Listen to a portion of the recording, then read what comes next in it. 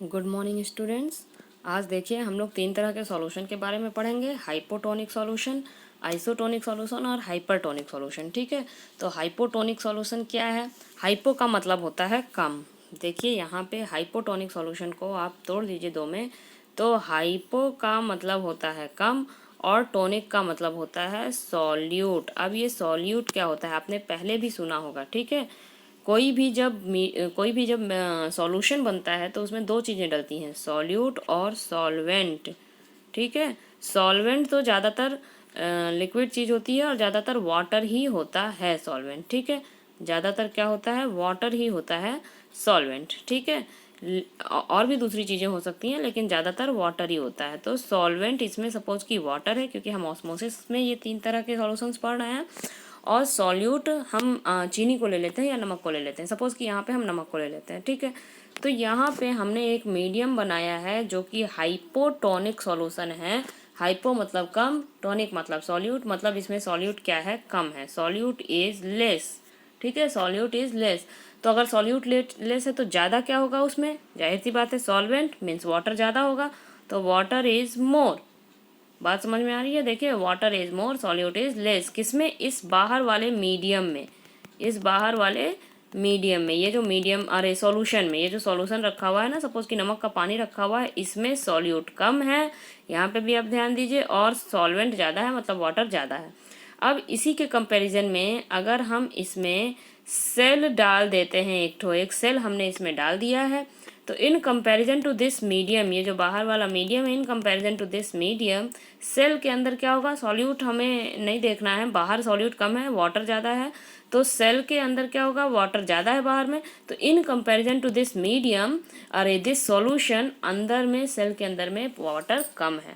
ठीक है, क्योंकि हम किसी से कंपेयर ही करेंगे ना, किससे कंपेयर कर रहे हैं वाटर का, बाहर वाटर किससे ज़्यादा है, अंदर में जो सेल के वाटर है उससे बाहर वाटर ज़्यादा है। ये सेल है, सेल के अंदर वाटर कम है, बाहर में वाटर ज़्यादा है। ठीक है, जब भी आप कोई चीज़ कंपेयर करते हैं कि वो चीज़ ज़्यादा है, तो आप मतलब कहीं पे कहीं कंपेयर कर रहे हैं कि कहीं पे वो कम है। सपोज के दो बच्चे हैं, हम दोनों बच्चे को बोल रहे हैं कि इसके पास टॉफ़ी ज़्यादा है, तो ये तो इनकम्प्लीट सेंटेंस हो गया ना। किससे ज़्यादा है, राम के पास टॉफ़ी ज़्यादा है, किससे ज़्यादा है, सीता से ज़्यादा है। कंपेयर करना पड़ेगा ना हमको, बस ज़्यादा है मतलब क्या, अगर सिर्फ अकेले राम के पास है तब तो फिर ज़्यादा कम की कोई बात ही नहीं है। किसी से ज़्यादा है तब हम कंपेयर करते हैं कि नहीं भाई उससे ज़्यादा है उसके पास। ठीक है, उसी तरीके से यहाँ पे वाटर किससे ज़्यादा है, यहाँ पे वाटर इस सेल से ज़्यादा है, सेल में कम है, सॉल्यूशन में ज़्यादा है। इतनी बात समझ में आ गई आपको? चलिए, तो हम देखेंगे कि पानी बाहर ज़्यादा है, अंदर कम है, तो ऑस्मोसिस क्या था, movement of water from higher concentration to lower concentration. ये वाटर जो है, ये एरो देखिए आप, वाटर अंदर की ओर मूव होने लगेगा, इट विल मूव इनसाइड। ठीक है, वाटर अंदर की ओर मूव होने लगेगा, तो सेल का होगा, सेल विल स्वेल, सेल फूल जाएगा, सेल विल स्वेल। तो यहाँ पे आप देखेंगे सेल इतना बड़ा था, सेल फूल के इतना बड़ा हो गया। इसका बहुत सिंपल सा एग्जाम्पल है, किशमिश अगर आप पानी में डालेंगे तो किशमिश जो है वो आपकी फूल जाती है। आप चना रात में भिगोते हैं, चना सुबह उठते हैं तो देखते हैं फूल जाता है। ये सब इसी हाइपोटोनिक सॉल्यूशन में जो ऑस्मोसिस हो रहा है उसी का सारा एग्जाम्पल है। तो यहाँ पे रिजल्ट क्या आएगा, यहाँ पे रिजल्ट आएगा सेल विल स्वेल। क्वेश्चन क्या आएगा, if we put the cell, कोई भी सेल का नाम ले लिया, सपोज आरबीसी सेल ले लिया या रेजिन्स ले लिया, किशमिश, कि अगर हम किसी सेल को हाइपोटोनिक सॉल्यूशन में डालेंगे तो क्या होगा, तो आप लिखेंगे cell will swell. If it is kept in hypotonic solution then it will swell. ये बात समझ में आ गई। अब देखिए आइसोटोनिक सॉल्यूशन में आते हैं हम लोग। ठीक है, इसको हाइपोटोनिक छोड़ के अब हम लोग आइसोटोनिक सॉल्यूशन में आते हैं। आइसो को क्या मतलब होता है स्टूडेंट्स, आइसो का मतलब होता है इक्वल, बराबर। टॉनिक का मतलब होता है सॉल्यूशन। ठीक है, अरे टॉनिक का मतलब होता है सॉल्यूट। ठीक है, तो क्या बराबर है, सॉल्यूट बराबर है, तो सॉल्यूट बराबर है तो जाहिर सी बात है सॉल्वेंट भी बराबर होगा, H2O भी इक्वल होगा। ठीक है, तो सॉल्यूट भी इक्वल है और H2O भी इक्वल है। किसके इक्वल है, अंदर जो सेल डला हुआ है उसके बराबर है, बाहर में जो पानी की मात्रा है उसको। ठीक है, मतलब बाहर का पानी और अंदर का पानी दोनों बराबर है। ठीक है, अब बराबर होगा तो क्या होगा, बराबर होगा तो कोई कंसंट्रेशन ग्रेडियंट क्रिएट ही नहीं हो रहा है, क्रिएट ही नहीं हो रहा है तो कोई मूवमेंट ऑफ वाटर बहुत ज़्यादा नहीं होगा। तो मूवमेंट तो होगा वाटर, लेकिन जितना वाटर अंदर जाएगा उतना ही वाटर बाहर आएगा, जितना अंदर जाएगा उतना ही बाहर आएगा। इसका मतलब कि इसका रिजल्ट क्या निकलेगा, सेल में कोई रिएक्शन नहीं होगा, नो रिएक्शन। सेल जैसा था वैसा ही रहेगा अगर सेल को हम आइसोटोनिक सॉल्यूशन में डालते हैं तो, ठीक है। तो क्या होगा, cell remains of same size, cell will remain of same size, जैसी सेल की साइज थी जितनी थी उतनी ही रहेगी if the cell is kept in isotonic solution. बात समझ में आ गई। अब देखिए उसी तरीके से अगर हम सेल को हाइपरटोनिक में तो हमने यहाँ डाल दिया था, हाइपरटोनिक में डाल देंगे तब क्या होगा। हाइपर का मतलब होता है ज़्यादा, हाइपर का क्या मतलब होता है ज़्यादा, टॉनिक का क्या मतलब होता है सॉल्यूट, मतलब सॉल्यूट ज़्यादा है। अगर सॉल्यूट ज़्यादा है इस सॉल्यूशन में तो कम क्या होगा स्टूडेंट्स, पानी, वाटर, ठीक है। सॉल्वेंट कम होगा तो पानी कम है। पानी किससे कम है, पानी कम है इस सेल से। In comparison to the cell water is less in the medium, मतलब सेल में पानी ज़्यादा है इन कंपेयर, मतलब हमने अगर ये मीडियम लिया है, नमक पानी लिया है, तो हमने इसमें नमक इतना ज़्यादा घोल दिया, इतना ज़्यादा घोल दिया है कि सॉल्यूट इसमें ज़्यादा हो गया है, इसमें कम हो गया है, ठीक है।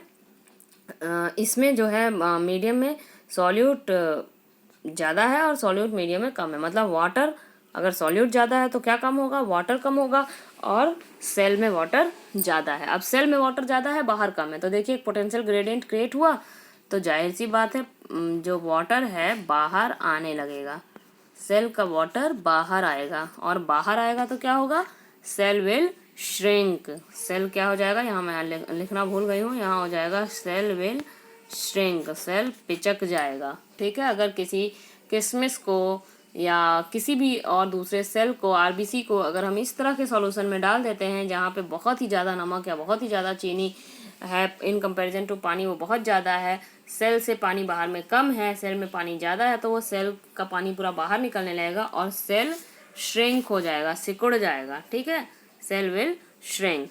तो क्वेश्चन कैसे आएगा, क्वेश्चन आएगा कि a cell is kept in hypotonic solution, isotonic solution, hypertonic solution, then what will happen.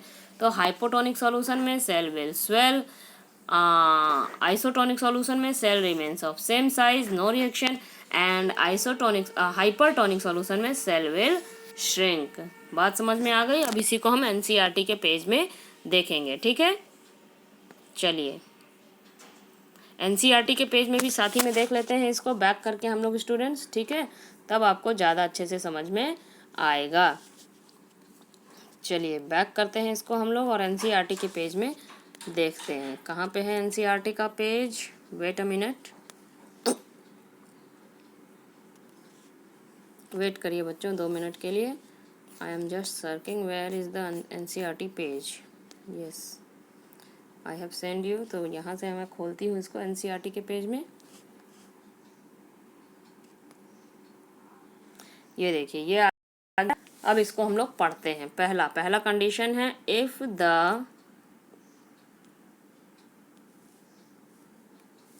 if the medium surrounding the cell has higher water concentration than the cell, meaning the cell outside the solution is very dilute, cell जो है वो जो solution जो है वो बहुत dilute है, the cell will gain water by osmosis, such solution is known as hypotonic solution, जिसमें कि सेल जो है वाटर गेन कर ले रहा है बाहर से अंदर की ओर, वो हाइपोटोनिक सॉल्यूशन है, ठीक है।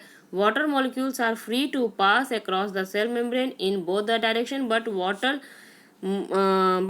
more water will come into the cell than leave. The net overall result is water enters the cell and cell kindly swell up. Cell is likely to swell up. तो hypotonic solution में डालेंगे तो cell swell कर जाएगा। Main यही आपको याद रखना है, पानी कहाँ ज़्यादा है, पानी कहाँ कम है और सेल में क्या रिएक्शन होगा, मेन यही आपसे पूछता है, ठीक है।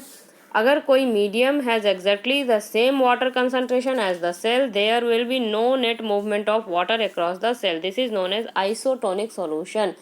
अगर कोई मीडियम है जिसमें वाटर की कंसंट्रेशन सेल के बराबर है तो वहाँ पे कोई भी मूवमेंट ऑफ वाटर नहीं होगा, ठीक है।